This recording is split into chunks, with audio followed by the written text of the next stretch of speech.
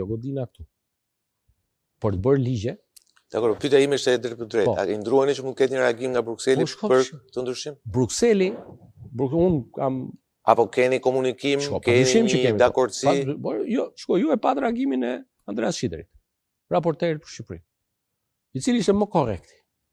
Si ta Shqideri, ne nuk komentojmë ta dosje. Por ajo që konstatojmë është që ritmi me cilën ecën Shqipëria është i duhur, nëse ruajmë të ritëm, kapim 2029 në Bashkimin Evropian. Dhe ndërkohë që duhet thënë me zë të lartë është që a ka ndonjë pengesë për hetimin këtu? Ja. S'ka si pengesë për hetimin. Sepse a e pengon hetimin ky ndryshim që u do miratonin në kodin 242? Jemi kthyer te vendimi, jo, prit, sa është gjë tjetër. Jemi kthyer tek data 20 nëntor, te pika 0.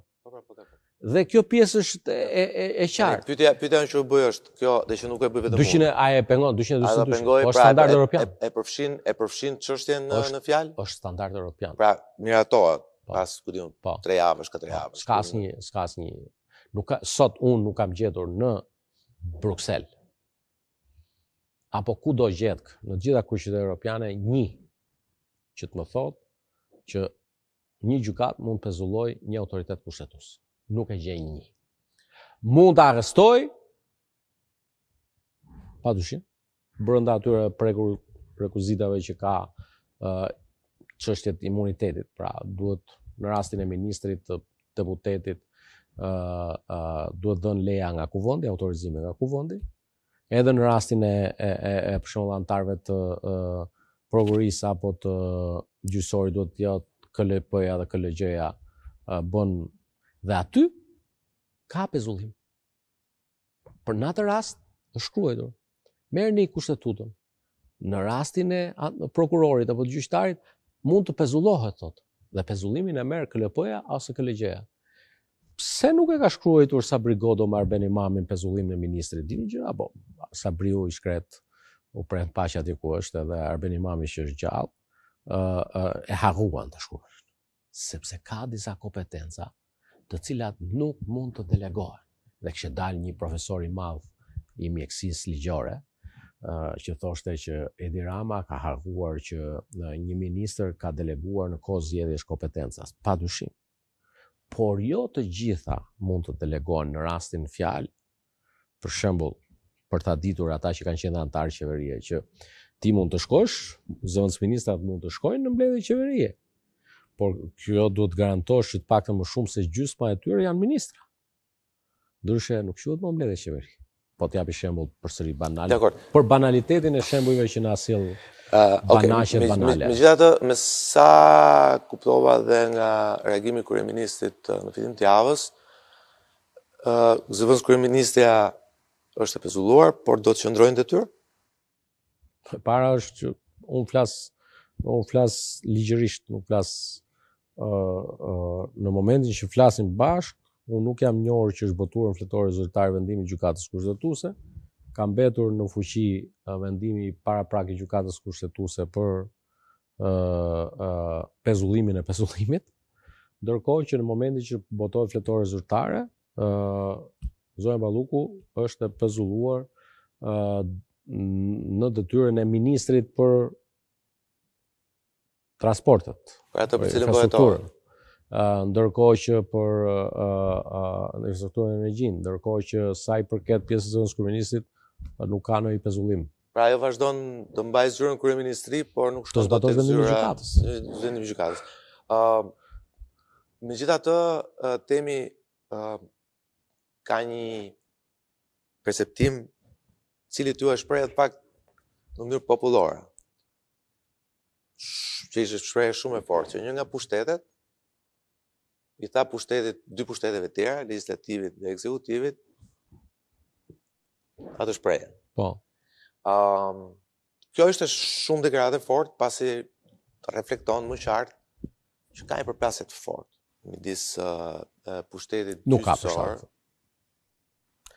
Dhe pse e them pushtetit gjyqësor, nuk them SPAK, sepse në fund fare SPAK-u është palë. Në prokuroria është palë. Unë po ta them. Dhe gjësa është palë, ajo ti mund diskutosh mënyrën si i ka marrë vendime dhe tjerë, po në fund fare si ka nisur hetimet, por në fund fare vendimin i marrën gjykata. Tani fajin këtu e ka gjykata kushtetuese. Jo, se kam gjykata kushtetuese. S'ka si. Shko, unë e kam thënë kam thënë te një studio tjetër dhe nuk kam për gjykatën kushtetuese. Unë mendoj që ne nuk kemi gjykatë kushtetuese, por është debat tjetër. Të ftoj ditë ta bëjmë diskutim për. Po nuk ka gjykatë kushtetuese. Se nuk ka një gjykatë që nuk merr vendim. Sidomos kur bëhet fjalë për një vendim për një çështje me të sfond kaq të fortë politik. Kur ty nuk të vjen vetë ministrja, po të vjen kryeministri, pra maja, se duhet të thonë tani, de facto, maja e pushtetit legislativ dhe atje ekzekutiv është njëti person. Ministrja do shkoj së shpejti. Po shkojnë shkallët. Dakord, po në rastin konkret, po e kishte çuar kryeministri. Po. Nuk ishte ministri, nuk ishte kryetari i bashkisë, apo jo, nuk ishte një deputet. Ata e çuar kryeministri. Dhe gjykata kushtetuese nuk merr vendim. Për një çështje që siç u tha dhe siç ata vetë shkruan, të 8 binin dakord që ka një problem dhe nuk patën këllçe apo bolc, përdorim shprehjen që përdorim pak më herë për të marrë një mendim. A nuk patën, a ja pren dikujt rrugës, kjo është çështje tjetër, po nuk po futemi tek ajo. Por ideja është ne nuk kemi gjykatë kushtetuese.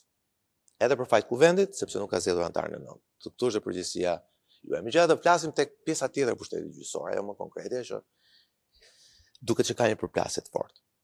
Bledar Dervishi, një nga juristët temi më të shuar dhe më të paanshëm, sepse duke pasur parasysh ai ka punuar për presidentin Meta. E kanë pasur përballë. E keni patur përballë disa herë në gjykatë kushtetuese. Gjykatë kushtetuese për çështje të ngjashme. Për çështjen e shkarkimit të presidentit të Republikës. Po, dhe ai pak ditë më parë në histori tha SPAK po vepron si një parti e vërtet politike. Pra, është një përshtypje që e keni dhe ju? Jo, unë jam kundër këtij perceptimi, edhe pse i bashkohem një konstatimi tjetër që shpresa e vetme e opozitës në Shqipëri është SPAK-u. Por jo si shpresë në kuptimin sepse ata që atakojnë ditë për ditë SPAK-un është opozita. Përfaqësuesit më të lartë të tyre, duke qenë nga ai që ze pozicionin kryesor, 2 herë në javë, nga ora 9:30 mëngjesit deri në orën 10 mëngjesit tek hyrja e prokurisë posaçme, sulmon prokuror dhe gjyqtar, për të cilët ka vlerësim maksimal.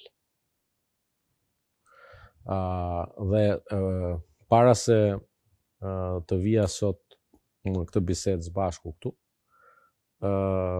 kisha një takim me disa studentë, të cilëve u kujtova se a ishte imagjinueshme për Shqipërinë 10 vite më parë që para drejtësisë mund të kishe president, kryeministra,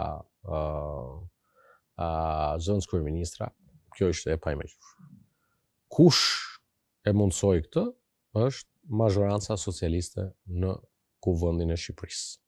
Një mazhorancë me numra të ndryshëm, e kemi filluar dikur me 65, pastaj shkuam 74, sot jemi 83. Dhe nuk duhet harruar kjo. Një gjë besoj që bijem gjithë dakord sot. Unë nuk di të kesh dëgjuar ndonjëherë Edi Ramën, mua sekretar grupi, apo drejtues të tjerë të Partisë Socialiste që të etiketojmë SPAK-un në forma sulmi. Gjëja që unë mendoj që ngrihet si shqetësim sot dhe nuk është shqetësimi im, as i Partisë Socialiste, është shqetësimi i Këshillit të Evropës, i atyre që monitorojnë Shqipërinë për çështjet e drejtave të njerëzit, që është ne kemi renditur veten një listë të zezë, ndoshta të dytët në Europë, në mos gaboj pas Bielorusisë, madje për fat keq mbi Turqinë. Sa i përket numrit të personave të ndodhur në paraburgim per capita. Në rresht më të shëmtuar të mundshëm. Kjo gjëja duhet adresuar. Dhe unë e kam thënë shumë vite më parë kur shkruaj reforma në drejtësi. Dëshmitarët janë. Dhe duhet të jetë shumë e qartë që politikani arrestohet për pa gjykim përfundimtar